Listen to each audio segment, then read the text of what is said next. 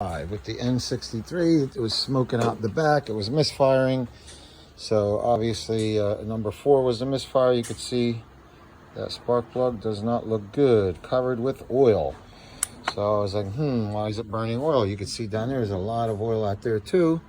I assumed a lot of oil was coming out of the intake because this is a pressurized, turbocharged area. So probably all that oil. So I pulled this off.